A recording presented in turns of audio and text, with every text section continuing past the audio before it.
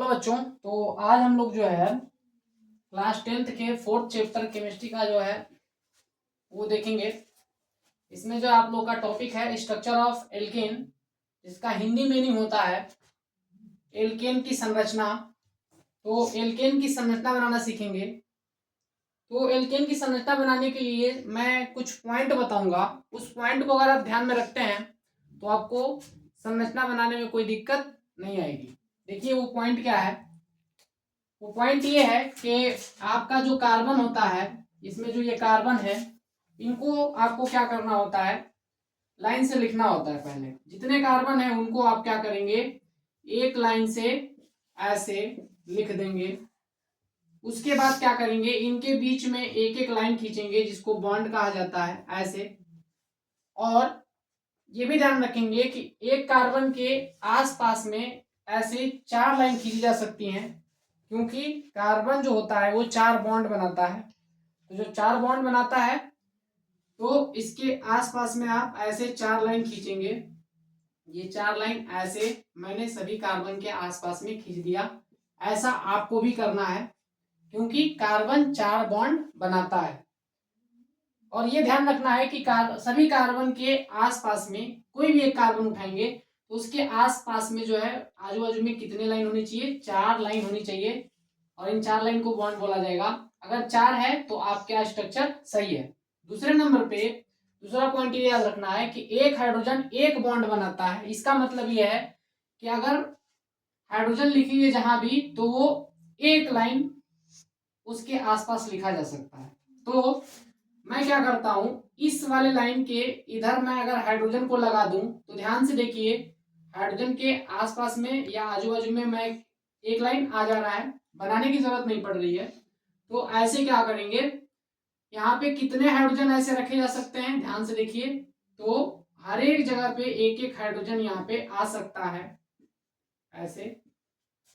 तो जब आप ऐसा करते हैं तो करने पर आप देखेंगे कि पूरा हाइड्रोजन रखने के बाद उतने ही हाइड्रोजन आएंगे जितना कि यहाँ पे लिखा हुआ है। देखिए काउंट करके दिखा देता हूं मैं, 1 2 3 4 5 6 7 8 9 10। तो ये बन गया आपका स्ट्रक्चर। इस तरीके से आपको संरचना बनानी है। तो इसमें क्या पॉइंट ध्यान रखने की क्या है, वो चीजें जो ध्यान रखना आपको। तो पॉइंट ये है कि जितने भी कार्बन है उनको आप क्या करो, पहले लाइन से लिख दो। जितने भी कार्बन है यहाँ पे लिखे गए हैं उतने कार्बन आप क्या करेंगे, ऐसे लाइन से बना देंगे। बनाने के बाद सभी कार्बन के आसपास क्या करेंगे, ऐसे 4 लाइन खींच देंगे। ठीक, उसके बाद क्या करेंगे, जितने हाइड्रोजन है उनको यहाँ पे फैला देंगे। ये है आपका C5H12 की संरचना। ठीक है, अब इसमें अब काउंट भी करना है कि क्या इसमें 5 कार्बन और 12 हाइड्रोजन है कि नहीं। अगर है तो आपका जो संरचना है वो सही माना जाएगा। तो देखिए काउंट करते हैं, कार्बन कितने हैं, 1 2 3 4 5। हाइड्रोजन काउंट करते हैं, 1 2 3 4 5 6 7 8 9 10 11 12। ठीक है, तो ये इस तरीके से इसकी संरचना बन जाएगी। वैसे ही अगर आप इसका ट्राई करके देखेंगे तो आपका जो है स्ट्रक्चर बिल्कुल अच्छे से बन जाएगा।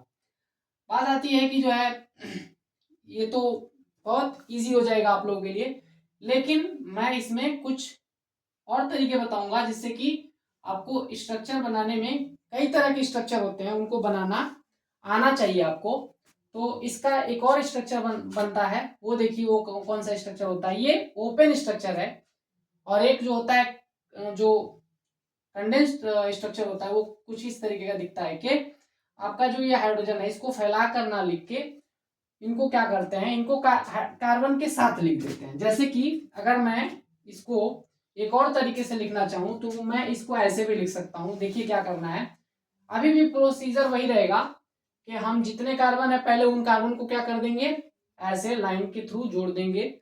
जोड़ने के बाद ये जो कार्बन में हाइड्रोजन जो मैं फैला रहा हूं इसके आसपास में, उस हाइड्रोजन को फैलाने के बजाय उसको क्या करेंगे, कार्बन के साथ लिख देंगे बस। तो देखिए इस कार्बन से कितने हाइड्रोजन जुड़े हुए हैं, 3। तो यहाँ पे एक कार्बन लिखा और टोटल पहले पूरे कार्बन लिख लेते हैं, ठीक है। ऐसे मैंने पूरे कार्बन लिख लिए और उसके बाद देखिए क्या कर रहा हूं मैं, इस कार्बन से कितने हाइड्रोजन जुड़े हुए थे, 3, तो इस कार्बन के पास एक हाइड्रोजन लिखिए और इसके नीचे आप 3 लिख दीजिए, ठीक है। दूसरे नंबर पे क्या करेंगे, ये कार्बन था, इस कार्बन से कितने जो हाइड्रोजन जुड़े हुए हैं, 2, तो इस कार्बन के पास क्या करेंगे, एक H लिखेंगे और यहाँ पे 2 लिख देंगे, ठीक है। फिर उसके बाद ऐसे इसके साथ भी करेंगे, ये बनेगा, देखिए 2 था। अब इसमें देखें तो कितना था, 3, 1 2 3, तो यहाँ पे क्या करेंगे, एक H लिखेंगे और यहाँ पे 3 लगा देंगे। तो ये जो तरीका है, इस तरीके से इसका जो स्ट्रक्चर है वो ऐसे भी बन सकता है और ऐसे भी बन सकता है, ठीक है। तो ये जो है आपको बनाना आना चाहिए, इतने टाइप के स्ट्रक्चर इसको देखने के होंगे, देखने में मिलेंगे आपको। अब अगर इसकी बात करें तो इसको भी आप जो है ऐसे ही करेंगे तो आपको बहुत ही आसानी से कर सकते हैं। देखिए इसको क्या करना है, इसमें इस कार्बन को ऐसे लेना है और जितने हाइड्रोजन हो उनको क्या करना है, ऐसे लिख देना है। फिर ऐसे करिए, फिर इस वाले कार्बन को लिखिए और इसके पास कितने हाइड्रोजन, 2, तो 2 लिख दिया। फिर थर्ड कार्बन को लिया, उसके साथ 2 हाइड्रोजन लिखेंगे तो एक H लिखा, यहाँ पे 2 लगा दिया। फिर सिंगल, फिर इसको लिया और यहाँ पे 2 लिख दिया और सबसे लास्ट वाले में 3 लिख दिया। तो देखिए इस तरीके से जो आपका जो है स्ट्रक्चर तैयार हो गया। तो मुझे उम्मीद है कि आपको एल्केन की संरचना बनाना आ गया होगा। और एक स्ट्रक्चर और होता है जिसको लाइन स्ट्रक्चर बोला जाता है। लाइन स्ट्रक्चर बनाने के लिए आपको करना क्या होता है, जितने कार्बन होते हैं उतने कार्बन को कट कर